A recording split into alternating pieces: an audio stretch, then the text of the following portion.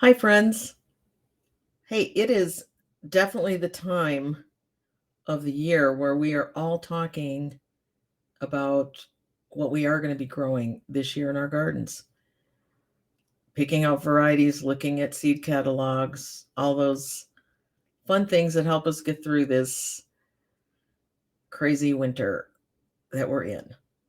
But I wanted to talk for a few minutes about a few things that I am intentionally not going to grow this year for a variety of reasons.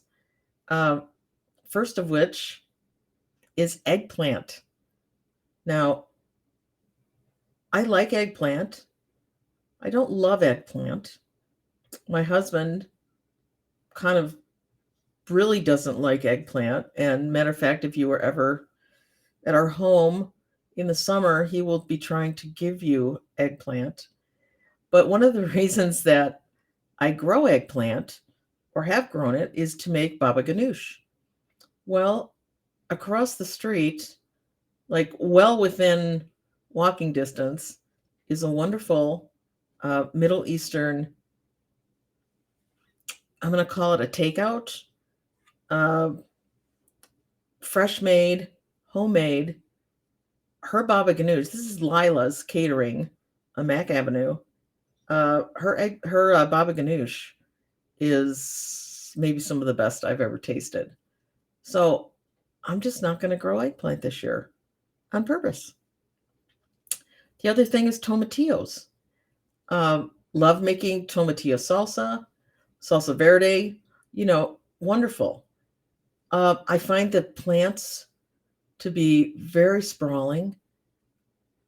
They kind of take over wherever they are, and I don't always get the kind of yield that I want to make a good quantity of salsa. So, like our Middle Eastern takeout across the street, we're very close to Mexican Village, which is in downtown Detroit, and there is a market there called Honeybees, and they sell phenomenal tomatillos.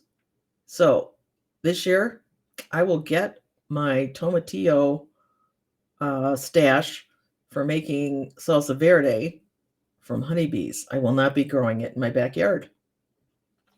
The other thing is cucamelons. Love them. They're a novelty.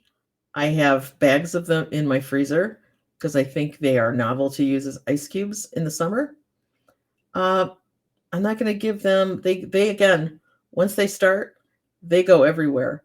So I'm going to take a year off at least from cucamelons. Next thing is I'm not going to grow broccoli for heads of broccoli.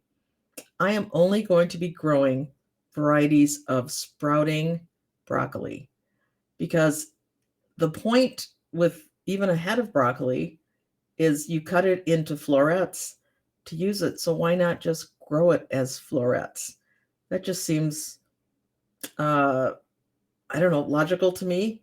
And I get no joy from, nursing a head along for a bit in the summer, and then you miss it, and they go to flower.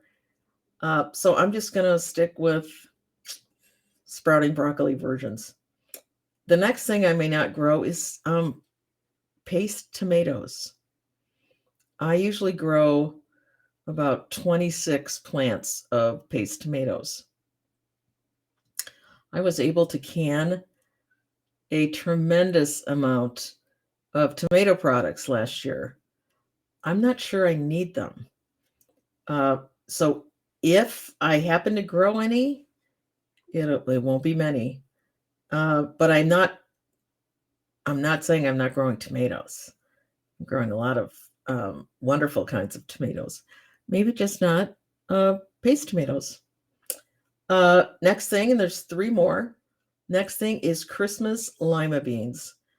Probably my favorite dried bean to grow, but I have about 2.5 quarts of dried lima beans that have not even been processed or anything, and that translates to a whole lot of quarts of uh, Christmas lima beans to be eaten.